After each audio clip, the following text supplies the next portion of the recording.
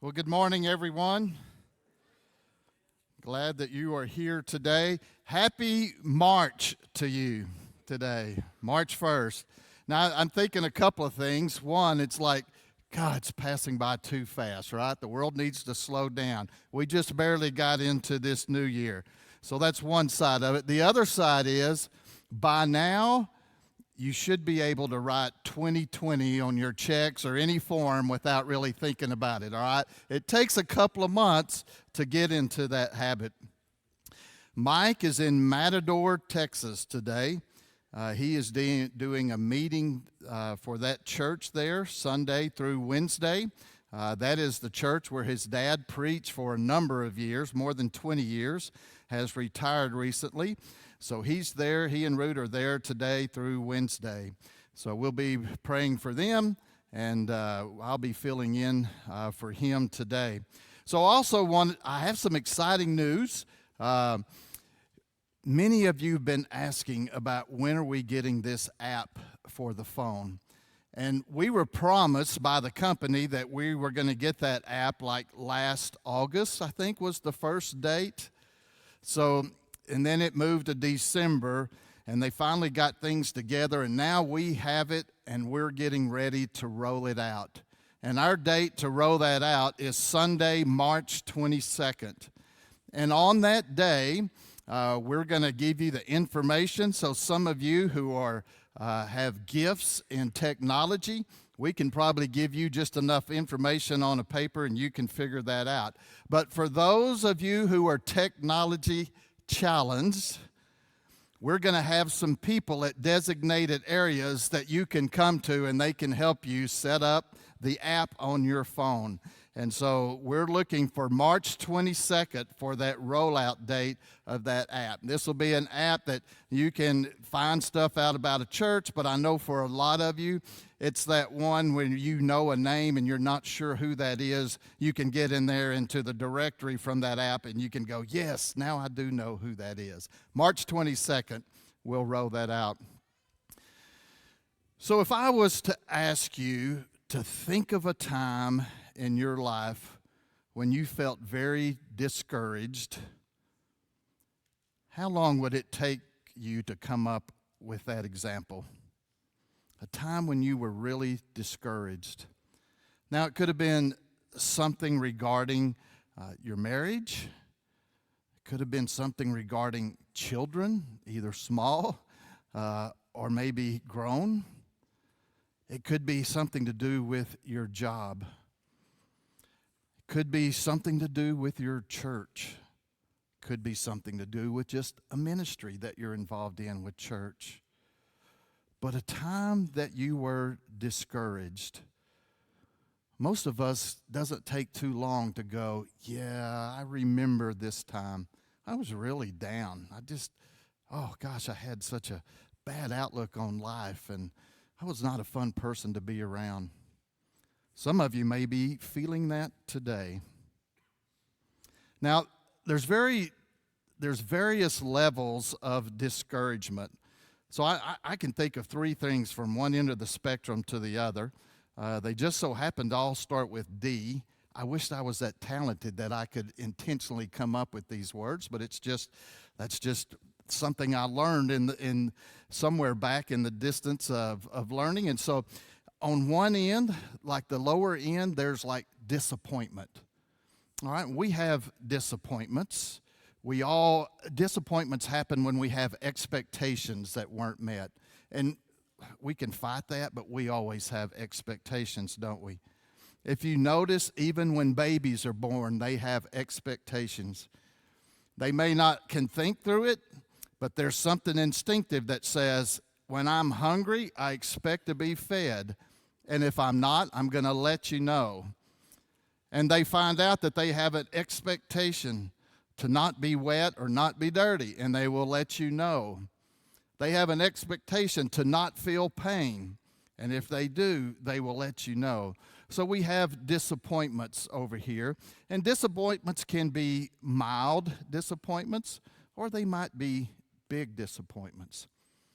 So kind of in the middle is what I would call discouragement. Discouragement happens where either the disappointment was big and you get up every morning and you feel that disappointment. It might be that there's several disappointments that piled up at once and you feel just a overwhelming feeling of discouragement. Discouragement's that feeling that's kind of just seems to haunt you for day and another day and another day. It's not just a periodic thing when you think about it. It just kind of seems to, you can just feel it around you. But then on this end, there's despair. Despair is discouragement that's kind of moved into hopelessness. Despair is that feeling that you get like, I don't see a future with a good outcome. This, whatever it is, I just feel hopeless about it. And you move into despair. Well, now, maybe you've thought of a time that you were discouraged in your life. So now let me ask you this question. During that period when you were discouraged, where was God? Now, sometimes at the root of discouragement, part of it is you feel like God is distant. You feel like He's not there, that maybe He's forgotten you, that maybe there's other bigger things and you're just a small fish in this, and He's really not aware of what's going on. And so the tendency, when you ask people, where was God when you were discouragement? The answer would be something like, I don't know, but far away. Today we're going to look at the story of Elijah in 1 Kings chapter 19. If you would turn to that book, 1 Kings chapter 19, we're going to see that Elijah hit a period of discouragement. And we're going to look at, in this passage, God's response to him. And as you look through this, we actually see 4 things that God did. 1 Kings chapter 19. Let's read the first 3 verses. Now Ahab told Jezebel all that Elijah had done and how he had killed all the prophets with the sword.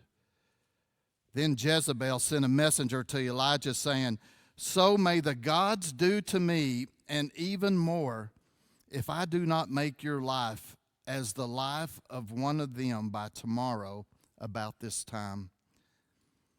And he was afraid, and he arose and ran for his life and came to Beersheba, which belongs to Judah, and left his servant there. So we need to give a little background to this. So back in January, I preached and I did the sermon about Elijah. And we talked about Elijah and his courage and where that came from. And Elijah walked into the room of Ahab, into the throne room there. He was the king of Israel. And he walked in there and said, because you failed to worship God and you've worshiped Baals, there will be no rain for 3 years. How bold he was. And then he left, and for 3 years there was this drought.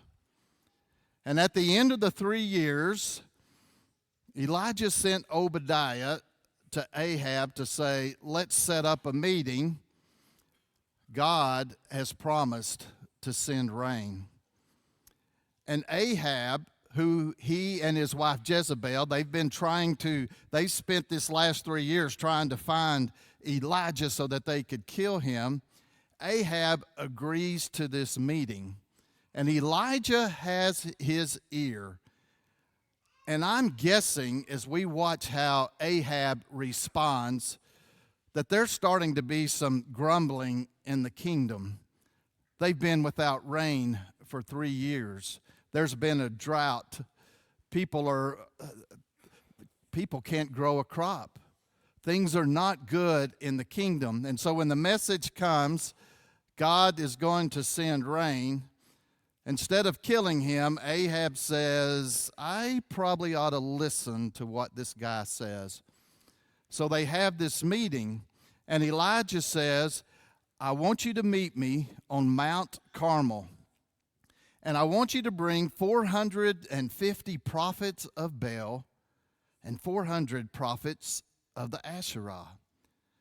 And so you'll remember this story. Ahab agreed to do that. Again, that probably shows the desperation, that there was some grumbling, and Ahab might be losing his leadership with the people. And so he was willing to do that. So they met on Mount Carmel. And the story we're familiar with is they set up 2 altars, one to Baal, one to the God of Israel.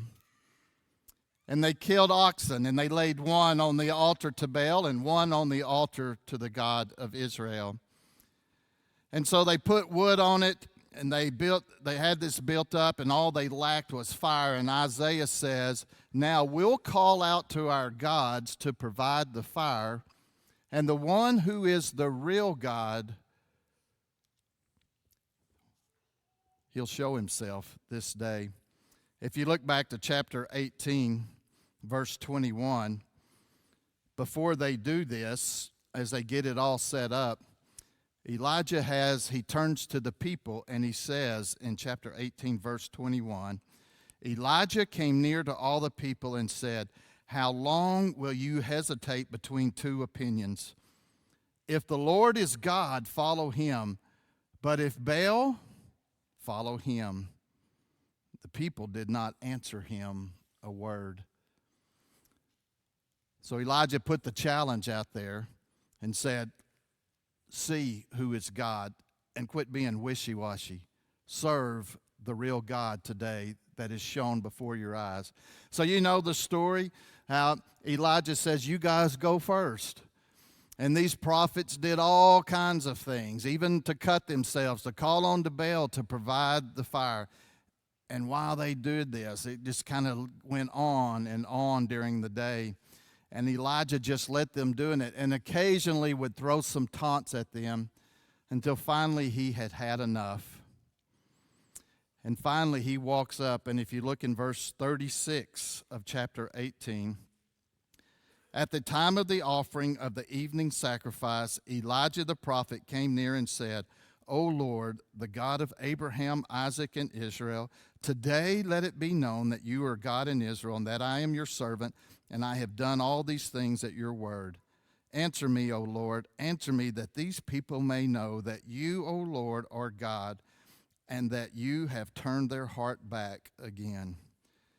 With that, fire came down. Not only was fire provided, but it consumed the sacrifices. It consumed all the wood. It even consumed the stones that were used to make the altars. It was quite an impressive event. And there was no doubt as to who was God that day. The people bowed down and they knelt before God. And at that moment, Elijah says, he turned to the people and he said, seize all the prophets of Baal. And the people did, and they took them down to the brook, and Elijah killed them. He sent Ahab on his way and said, hurry, because I hear thunder in the background. If you're going to get home before the rain, you better go now. And so he took off and went back to Jezreel. So now we come to chapter 19. Verse 1 says, Ahab told Jezebel all that had happened, and that Elijah had killed the prophets. Now, Ahab saw all this. I don't know how he told Jezebel. Was it something like, I'd never seen anything like this? But Jezebel seemed to have the stronger personality. I think Ahab had the title, but Jezebel was the real ruler over Israel. And Jezebel says, may the gods kill me if I don't do to you, Elijah, what you did to the prophets. And Elijah ran. He was afraid because he knew she had killed a number of prophets, and she'd wanted him dead for 3 years anyway. So he goes down. It says he went to Beersheba. And so Jezreel in Israel is the northern kingdom. And Jezreel's at the top of that, of the northern kingdom. And it says that he and his servant went all the way down to Beersheba, which is in Judah, the southern kingdom. And Beersheba is in the southern part. So this took days for them to run and travel. Elijah's had some time to think about it. Verse 3, it says he left his servant there. And then verse 4, but he himself went a day's journey into the wilderness and came and sat down under a juniper tree. And he requested for himself that he might die and said, it is enough. Now, O Lord, take my life, for I am not better than my fathers. So let me ask you, Elijah in verse 4, disappointment, discouragement, or despair? Sounds like despair, doesn't it? He's had several days of journeying down to Beersheba and then another day to think on these things, and is discouraged about how these events turned out, and he's gotten down. Now, I think the first thing we want to do is say, wow, how did Elijah go from here? He's at the top at Mount Carmel. How did he get from here all the way to here so fast? How did he get from a mountaintop faith-building experience to saying, just kill me, just end my life now? I'm not any better than my fathers. So, it's interesting. I think the first look at this is to say, how could you go from here down to here so fast? And yet, actually, that's really a part of life. Sometimes when something big happens in one area of your life, you kind of just assume everything else is going to follow up with it, and something in this side happens, and yet you got still the same old issues here, and you realize you kind of expected if this happened, life will be great. So one of the common things that are now told to people who do building projects, if you're building a new building or if you're adding on a new wing or adding a family center or something like that, people get energized, and the preacher or other leaders in the church spend a lot of time and they work on it, and this is going to benefit the church so much. And when it happens, they're all excited. It's a mountaintop experience. We're going to be able to do so many things with this new building, this new construction that we have. And the weeks go on, and they realize marriages in their church are still falling apart. People fight with one another. They complain about trivial things. Some get angry and leave. And this monumental thing, they kind of went, oh, this really didn't change a thing spiritually, did it? And it's not uncommon, and today they help leaders think about this, it's not uncommon to go through a period of discouragement. So a couple may do the same thing. They're so excited they're going to build this house, and deep down they don't know it, but this house is going to be so great. Life is going to be so wonderful. And they get this new house, and issues in the marriage, they're still the same issues. If there's issues at work, they're still the same issues. And they love their new house, but there's this sense of feeling really sinking down and low and discouraged that, yeah, but the same old problems are down there. I guess Elisha thought there was going to be a great revival when God showed himself as the true God that day on Mount Carmel. That even the king, Ahab, was going to change. And there was a time that this could have been a great story. There was a moment where Ahab could have said, Jezebel, I'm the king. You're going to leave Elijah alone. We're getting rid of the Baals, and we're going to start serving our God. But he didn't. He didn't say a thing. So Elijah has gone from a mountaintop faith experience to discouragement. Where is God? And how will God respond? Let's look at verse 6 through 8. And then he looked, and behold, there was at his head a bread cake baked on hot stones and a jar of water. So he ate and drank and lay down again. The angel of the Lord came again a second time and touched him and said, Arise, eat, because the journey is too great for you. So he arose and ate and drank and went in the strength of that food 40 days and 40 nights to Horeb, the mountain of God. So how did God respond to this? God responded with compassion. You know, it seemed like this would be a really good time for a lecture, doesn't it? It seems like this would be a good time to say, did I not just show you I'm God?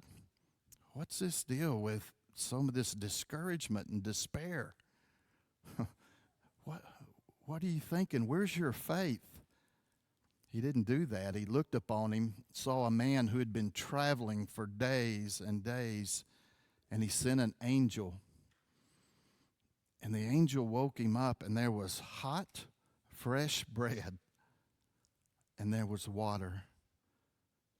And then there was a second day, and it continued this way. It's no lecture, no judgment. There was compassion. Man, what a great reaction. You know, I think we're surprised at that because deep down, when we sin, when we fall short, it's just natural because of sin to go, oh, God's so disappointed in me. It's kind of how it's just natural. It's what Adam and Eve did in the garden. They hid. They had shame. It's kind of how we are. Something doesn't go that way.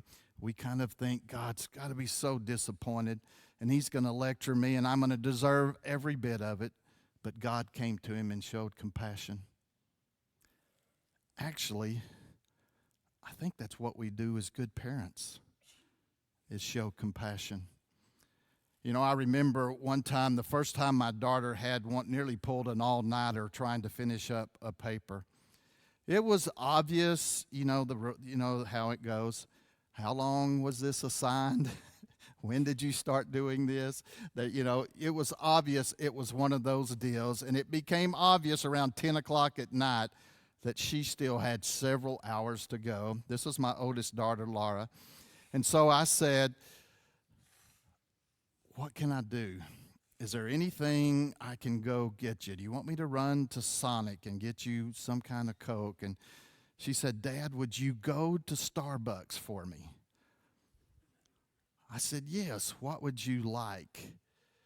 And it was something like, I want an oat milk honey latte with blonde espresso. I said, write that down,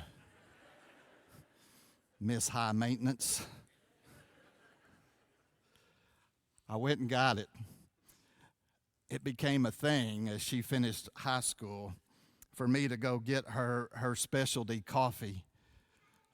There probably was time for me to say, look, next time, get started earlier. There probably was some time, but at that moment, I just thought, this girl's going to be so tired. She's going to drag through school all day, and I just felt compassion. My youngest daughter, Brienne, I remember one time for some reason I was going to take to the doctor. We knew she had strep throat. She would get it every year, and it was obvious. She was about 6. And as I was taking her in, she started crying. And I said, what's the matter? Are you hurting? Am I going to get a shot? No, you're not going to get a shot. They'll give, we think you have strep throat. They'll give you a prescription. You'll have to drink medicine. It probably won't taste good, but you're not going to get a shot. Sure enough, it's strep throat. And the doctor looks at me and said, those tonsils are really swollen. I recommend getting a penicillin shot right now.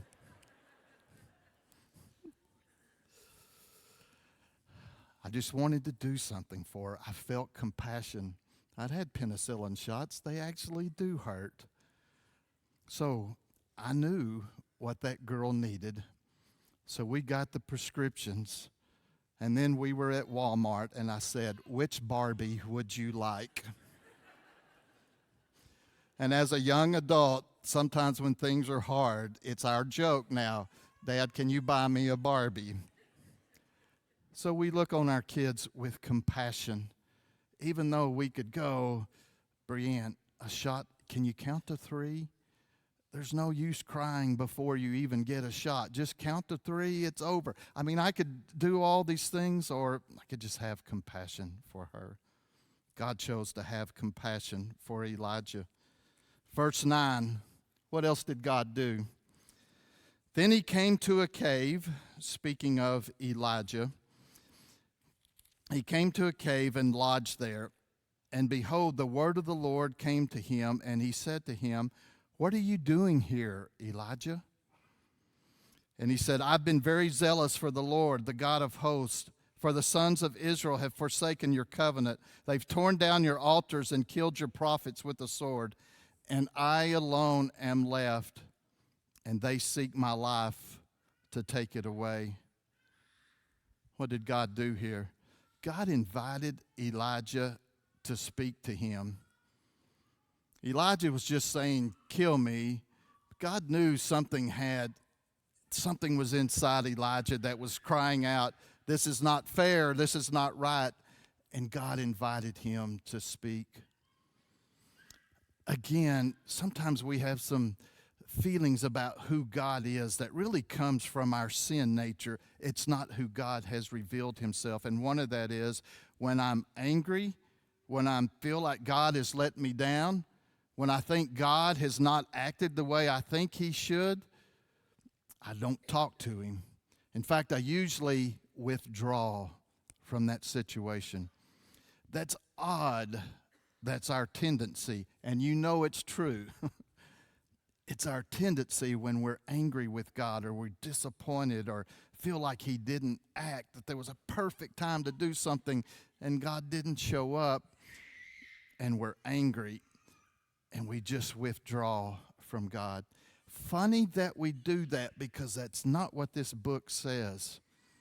In fact, if you look at the Psalms, which is a book of talking about the prayers of Israel. And yes, there are some wonderful prayers of thanksgiving, and there's some wonderful prayers of worshiping God. But do you know, out of 150, there's over 60 psalms that are laments? Of all the categories that they put psalms in, it's by far the largest. Laments are those psalms that says, "I cry out to you because I'm suffering. God, where are you?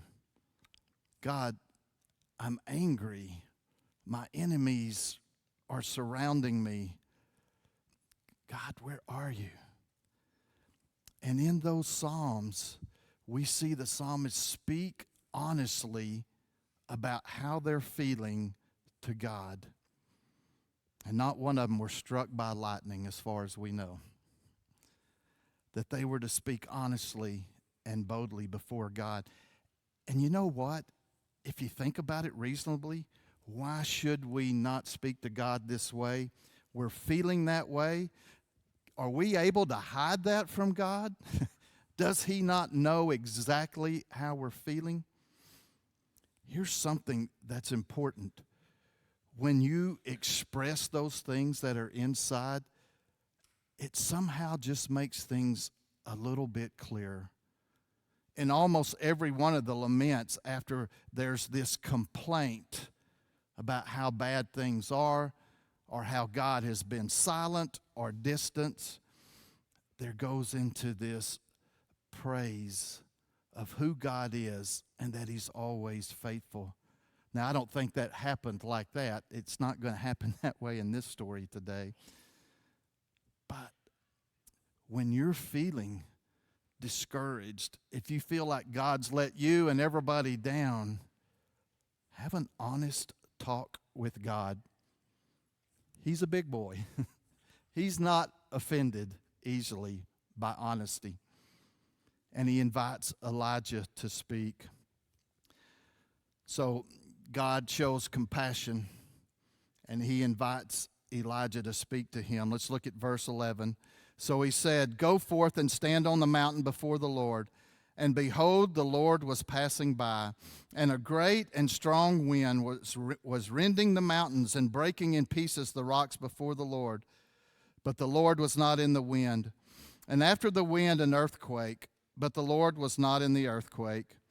And after the earthquake, a fire, but the Lord was not in the fire. And after the fire, a sound of gentle blowing. When Elijah heard it, he wrapped his face in his mantle and went out and stood in the entrance of the cave.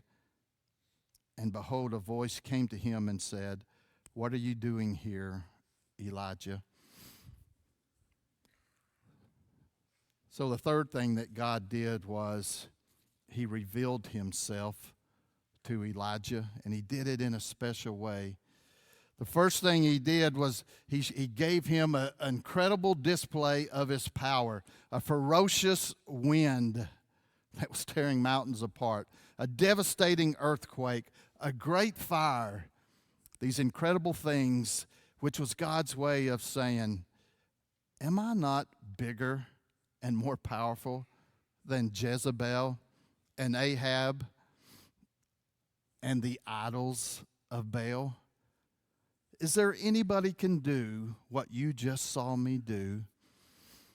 And then there was a gentle blowing.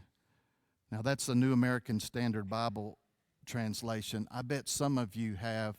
There was a gentle whisper. This idea of blowing, there's an idea of there was a quiet voice that came. And it struck Elijah in such a way that he wrapped his face in his mantle. It was almost like he was overwhelmed. All of the things that he saw that showed God's power, the one that really struck him was the gentle, quiet voice of God. So I'm going to say the third thing that God did here was he gave Elijah a gentle reminder. I want to talk just quickly about those gentle whispers. It's some of those things that we're a little bit careful to talk about those things. But if you're a Christ follower, if you spend time with God and in His Word, there are times that you feel that whisper. And sometimes when I'm at a discouraging moment in my life, there's a whisper that comes along that gives me total new perspective. Be listening in those times of discouragement for that gentle whisper of God. The gentle whisper might say things like, I'm with you. I see you. I know. I care. Sometimes it may say, I'm good. You can trust me. Sometimes it may say, I use difficult times for your good and my glory. Sometimes it may say, come to me, all you who are heavy and burdened, and I will give you rest. The gentle whisper. Now, those things don't always automatically happen fast. As you see, God again asking the question in verse 14, Elijah said again, I've been very zealous for the Lord, the God of hosts, for the sons of Israel have forsaken your covenant, torn down your altars, and killed your prophets with the sword. And I alone am left, and they seek my life to take it away. He said the same thing. There's no way of knowing, but I'm kind of wondering if that second time it didn't have quite the same force. That deep down he was feeling it, but there was some change happening. And then what's the last thing that God did? Verse 15, the Lord said to him, Go, Return on your way to the wilderness of Damascus, and when you have arrived, you shall anoint Hazael king over Aram, and Jehu the son of Nimshi you shall anoint king over Israel, and Elisha the son of Shaphat of Abel-Meholah you shall anoint as prophet in your place. It shall come about, the one who escapes from the sword of Hazael, Jehu shall put to death, and the one who escapes from the sword of Jehu, Elisha shall put to death. Yet I will leave 7,000 in Israel, all the knees that have not bowed to Baal, and every mouth that has not kissed him. You know what God says after all this? God showed compassion to Elijah. He invited him to speak. He gave him a gentle reminder, a whisper. And then he says, Elijah, get back to work. It's like God was saying, look, you're my guy. I created you. There are things that I need to do that you alone can do. And there's some things up here. I need you to get up and I need you to get back to work. It's like God was saying, you're important. I have work to do. I want to use you. And you're not alone. There's still many more. What you have done, the seeds of your fruit is out there. And there are 7,000 people who have not kissed the mouth of Baal. And so he says, first you're going to anoint the king of Aram. Aram is the one that's going to be, about to be the thorn in the side of Ahab. He's going to make the next few years troublesome. He used him. We see how God uses other nations to discipline Israel. And then he says, you're going to anoint Jehu as the next king of Israel. We see that happening in 2 Kings chapter 9. And then you're going to have Elisha. And he's going to take your place. You have a lot of work to do. I'm not finished. You're important. I need you. So where was God? Well, he was always there. You know, Mike just finished a series on the friendship of God, and I didn't try to say, oh, what would be a good lesson to follow up, but it dawned on me as we look how God dealt with Elijah in his period of discouragement. Could this not be saying, this is a work of the friendship of God? So, what do you do when discouragement sets in? When you can't see the path because it seems dark? When you can't find your way because it feels like you're in a fog? When you just feel heavy and you feel burdened and you feel hopeless? What do? You draw near to God. God loves you no less than he loved Elijah. The one, he said, I have compassion for you. I want to hear what's on your mind. I have some words for you that'll be encouraging, and I want you to get back. You are gifted. I need you in the work of the kingdom. Same thing for us during periods of discouragement. We draw near to God. Pray with me.